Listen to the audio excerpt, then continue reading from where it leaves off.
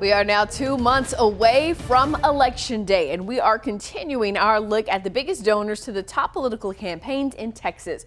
Open Secrets, a merger of the Center for Responsive Politics and the National Institute on Money and Politics, tracks campaign contributions.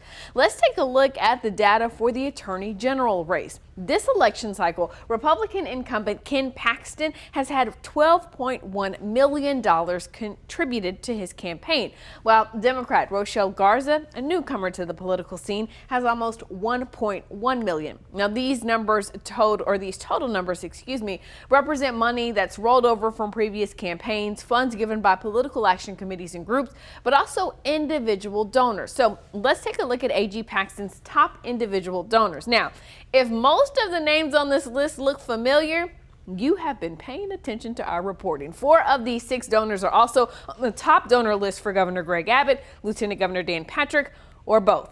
Investor Douglas Schubauer, who is Patrick's top donor, is also Paxton's top donor, donating $450,000 to his campaign. Telecommunications exec Kenny Trout, a backer of Abbott and Patrick, gave Paxton $300,000.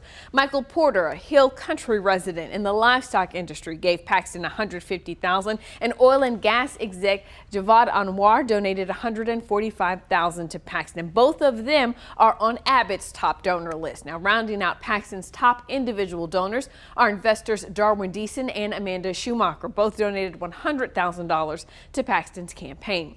Attorney Rochelle Garza has had substantially less money donated to her campaign, and Open Secrets doesn't have much information on the industries her donors are in. Now, her top donor is Edward Allen, who works in finance. He gave $25,000 to Garza. Isabel Wellen, whose information isn't available, also gave $25,000.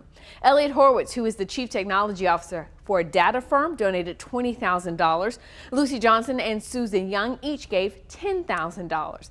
Now, while money isn't everything, it certainly is a critical part of winning an election. And over the past few days, we've seen Democrats have a funding challenge ahead of them to keep up with the Republican incumbents they hope to replace. Brian.